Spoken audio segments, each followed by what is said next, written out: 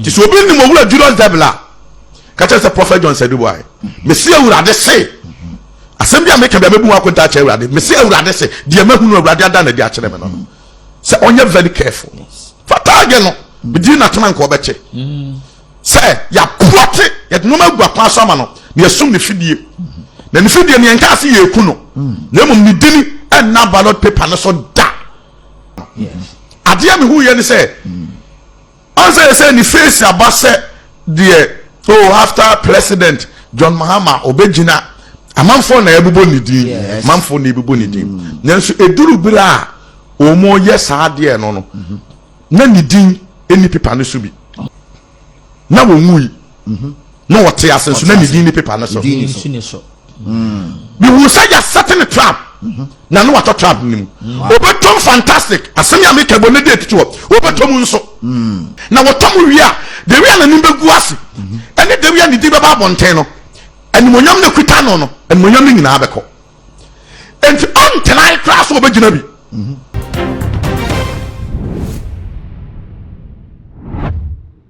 Abusia Saudi when you pay more Ghana Yamano Semundi and Sabri before and I mean say womo and a woman call a primaries and internal politics no air cost of the day now so low key no do any could pay more and this is what woman so Asha say a lazy woman put a woman pray 2028 no almost air plan the day that just woman almost share then you many year now you should thank you to ya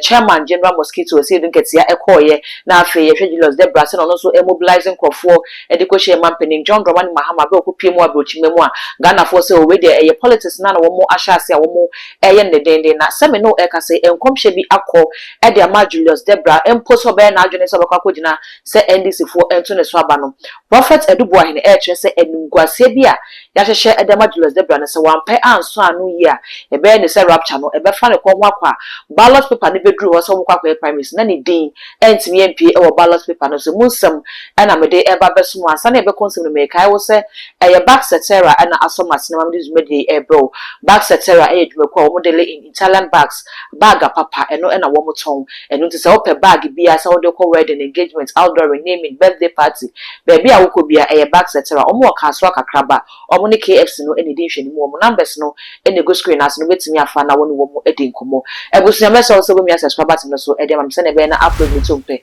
wo ne first person ya wo sa ebidi kan ka bi say your body right ensem no mu de ene mbe pie mu Ghana ya manyo semu bia nanka amanyekwa ye nyina ye eda wo mo so se wo mo kwakoye primaries no eye NPP amanyekwa 31st January de na say ye hu bia obi a smoothless level no ebefa na sabre odu ani ekopie mu ewo NDC so a wo mo so ahyase eye ne denden dia na no ya thank you to ye say do ketare hye so no ebi kire say eye kwan bia wo fa so e de launch no ho aton no ho atre delegates ne say wo no so breso a wo beba ti sabre no duru ha sane abibam ye ma no ne hyase e free general secretary e de ba chairman no munya sanso e forma na fe wo munya ne flag bearer enye ono nko a edi bebre na so na epepe monte edi bi to say Julius Debrah afi papa education minister Haruna Idrisu ato forcing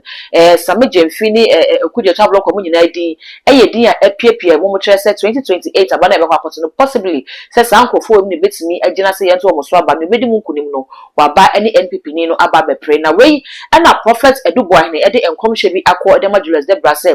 wo mo a woni wo mo nam wo mo oni wo mo koba wo mo oni wo mo eto kese edidi no wo mo a na atna se aploti ahyehye fidie bi wo mo sum fidie bi da nanim esan presidential ambition na ebia dachi bi obeba be president no so aba no wo kire say enim guase bi wo ma hyehye de ma Julius Debrah no se onim na sofo ani won ka ne ho no won from so no konfo bi so de ani wo mo ka nchimgu fo aba no anya sa papa no ebrebe so say NDC for ekwakoye primaries esan enim guase a efidie ni beyi ni ebeku nanim ase wo Ghana henti onu anka sampo e ma ne trimu da so won ko prebesan enim guase no ano be de e de ma ne ye pabusia me ye ko tie se ne ensam no esiko ye ba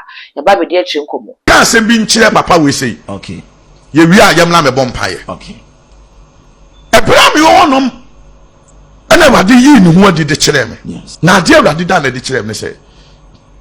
opanyini bi the friend Julius Debrah Julius Debrah. wono no ye chief of staff Yes. the current administration Okay. chief of staff Yes. Ghana chief of staff ye friend no eye owula Julius Debrah Yeah. amanfo mo ben no say we are very humble and we are more giver na on say ahokere enti obi ye giver ya na obi a penasem and obi a person ka ko ne nche na Awurade dade bia di kire me se me didi na tam obete nti de onim no no mfanta age ne mame na onte okay me kan chance on frɛ me wo wona sofo odu omudi a no omomoa no opesa me boa na betimi aboa no bo wona sofo odu omudi a omomoa no ade me hu ye ne se on say ni face abase de after President John Mahama obegina amanfo na ebubo nidi manfo na ebubo nidi nanso eduru bira omo ye saade no no na nidi eni pipa no so bi na wonui na wote asenso na nidi ni pipa no so Ni bi wu say ya setting a trap na no wato trap nim obetom fantastic asem ya make bo ne dey tito obetom nso because eye won ya ti wo mudie na set ade ya no dia ma wo say Pastor Bright ni chief set trap dia ma me because eye wo na me ni wo nam okay entino omo ebompa ya ma no no hwe only spiritual but physical ya set trap bi ani pa hwe dem apona nya de dia ma no obetom na wotom wi a de wi na nimbe gu ase ene de wi ni di baba bonten no animonyam na kuta no no animonyam ni nyina abeko enti until I class obegina bi until I say NDC for contest no ko obegina ono to sa ata no pe bo dwane o mani matras Ghana ko fabia ne doso eni ngwasia ne doso enti opia kra nko ne nche no kra ma na adwum kwa so nkonko gina asama me ka kire no no eye onabo Julius Debrah chief of staff opo betimi afa openso betimi agane saa na yenhwe de we ye nanim no se ebetimi abamu ana se entimi mamu a Awurade asam se na de bema mo behunu se munuanam na mama wo mo so wo mumu no wo mo ya di fampa no mo ya no kwafo ne se na o mo nsam no mo beka no ne Awurade mama na bam na sanyam dia me mane mam eno na odi behunu de fra Awurade ene de mfra Awurade buku na nimu ase na ade no a ekoso no these same people no behind the scene no ebinu mo ka ho na spiritually wo mo nim say this for wo mo ayi na da ho no de wo mo ye wo madwuma no say president no kwa eye ne vice and we be take it because sana o mo traditionally no o mo taaye no maka asem we wo radio any TV so and one Awurade sign be dan ho adi ebio ni mpre nu so memene da ene na ahomate sa akere me this same people no enti no eye vice president no Jane onwu en phone obeye obeye no phone kosi say opa man resign ne se na ho ode be so onya sa ho ode na obeye no phone said ye be ya until I cry because ono ko nim so onya ho ode no obone na ho ode ho ban na until I say obegina say obe contest bi for president after the Owura John Dramani Mahama no man nkrophobia apana no e very serious wow when you are maji na di akire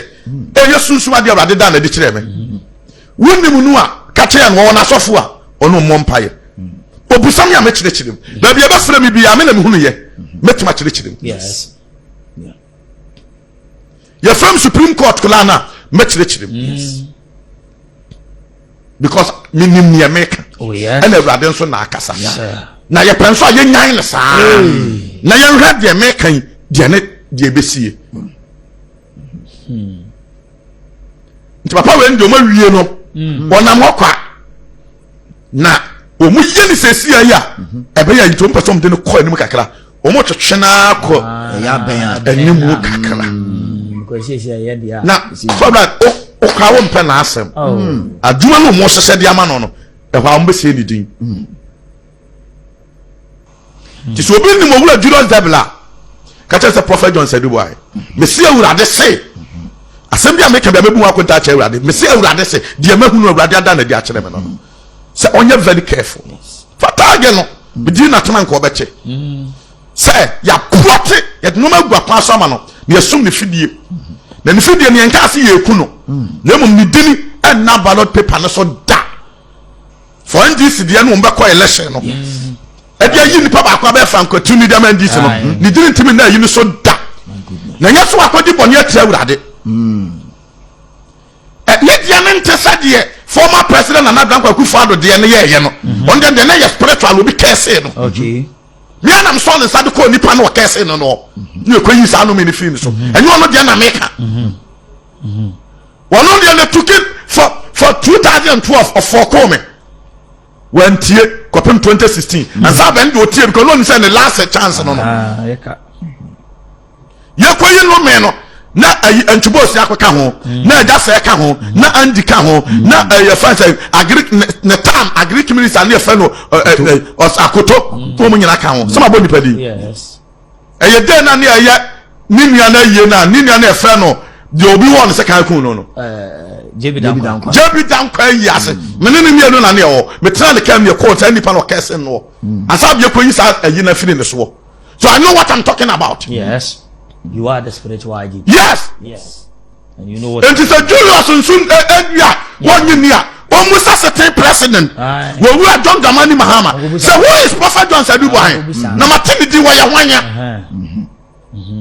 Almost an assessia. Uncle Busa will be saved your pan was for them. Yes. Or person woman as often. Almost at the voice. Interbusia and some ya prophets Edubwa, editor Jacoye, Edema Julius Debrah, and Yakwakutina. We know a again Chagana for a children adjunct say a say a sober turn from medical and come here say anything for from media. I shall send some to do. And our prophecies now above we know. Obeti anase wontie we no eyasem se be mesese won so obejawa dwenche e wo comment section ho e dem amena fe we me subscribe button no so e too much gh ya kai so de ba on be ka ho sa no upload ni to mpo no first person ya won se be kan kebi all the social media platforms so ko wa e too much gh o subscribe no like it no wa share na wonwa bi so enya bi ahwe me din e the dark gold ye be sen share.